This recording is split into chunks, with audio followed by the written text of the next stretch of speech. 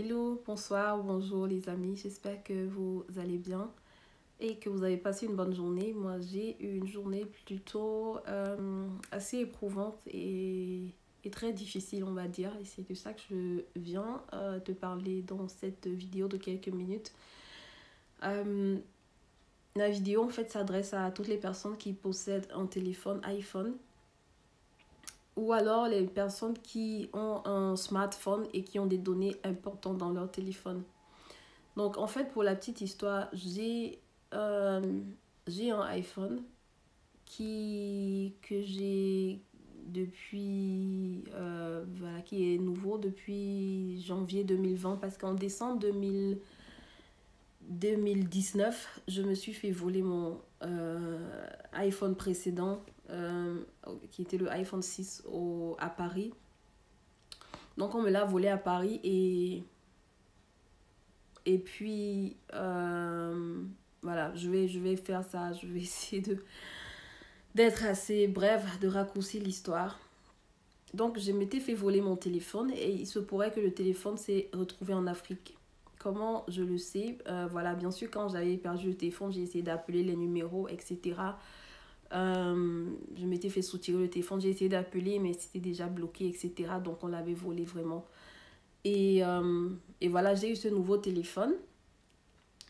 Et ce qui s'est passé, c'est que mon téléphone présent est synchronisé avec le iCloud, bien sûr, comme tous les iPhones, c'est synchronisé avec le iCloud, c'est-à-dire que toutes les photos que je fais dans ce téléphone se retrouvent automatiquement dans le iCloud et vice-versa. Et donc, les photos que j'efface également dans ce téléphone se retrouvent également, sont effacées aussi dans le iCloud. Alors, ce qui s'est passé aujourd'hui, c'est que je suis allée dans le téléphone et je voulais envoyer une photo à quelqu'un. Et j'étais dans WhatsApp et au moment d'envoyer la photo, quand j'ouvre je clique sur le bouton là pour aller chercher la photo, je tombe sur des photos bizarres que je ne connais pas. C'est un jeune garçon quelque part en Afrique. Je me dis, mais c'est qui ça? J'essaye de défiler, je vois que mais il y en a plein de ces photos dans mon téléphone. Je dis, mais comment ça se fait?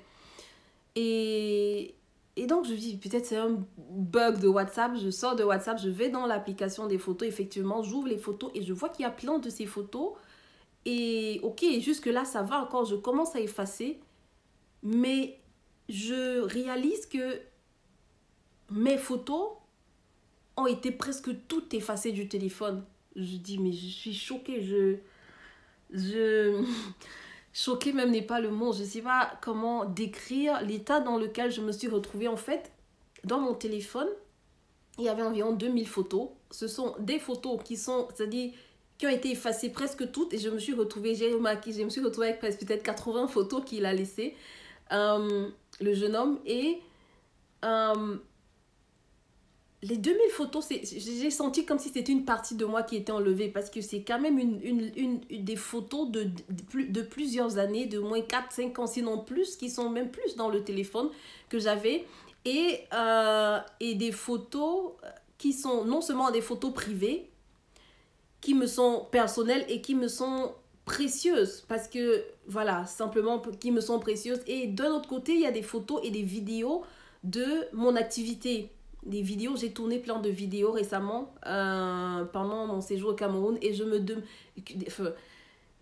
franchement, c'est des heures de travail tout simplement, c'est des heures et des jours de travail et je n'en revenais pas, je n'en revenais vraiment pas. Je me suis dit, mais je rêve. J'ai appelé aussitôt Apple. Je rappelle que j'avais appelé Apple il y a à peu près 2 mois quand on avait, voilà, j'avais parlé avec eux de mon téléphone qui avait été volé à Paris et ils ont tout réinitialisé. Donc, on a réinitialisé mon mot de passe, on a réinitialisé mes données, en tout cas dans Apple. Et voilà, je me disais, je suis en sécurité, quel que soit l'endroit où l'ancien téléphone se trouve maintenant dans le monde, je suis en sécurité. Alors, ce qui se passe, c'est que ce téléphone, apparemment, il a été vendu à un jeune garçon au Sénégal, quelque part. Parce que, voilà, je l'ai su tout ça quand j'ai parlé avec le monsieur d'Apple aujourd'hui. J'ai appelé le monsieur d'Apple, on a fait presque 1 heure de temps au téléphone.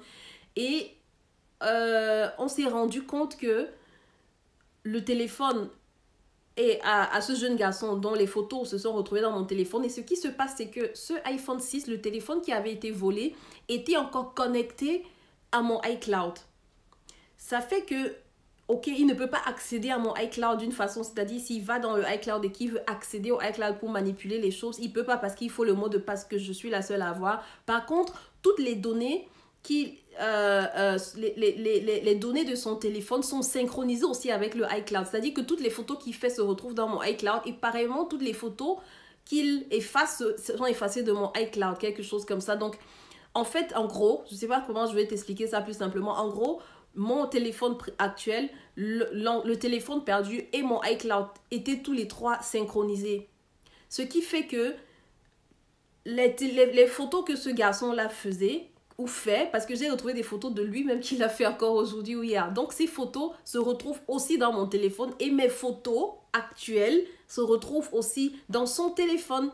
Apparemment, il venait d'acheter ce téléphone-là qui a été volé. Donc, il s'est retrouvé avec mes photos aussi dans son téléphone. Et comme n'importe quel propriétaire d'un nouvel appareil, tu achètes, bon, nouveau entre guillemets, mais tu te retrouves avec un appareil que tu viens d'acheter.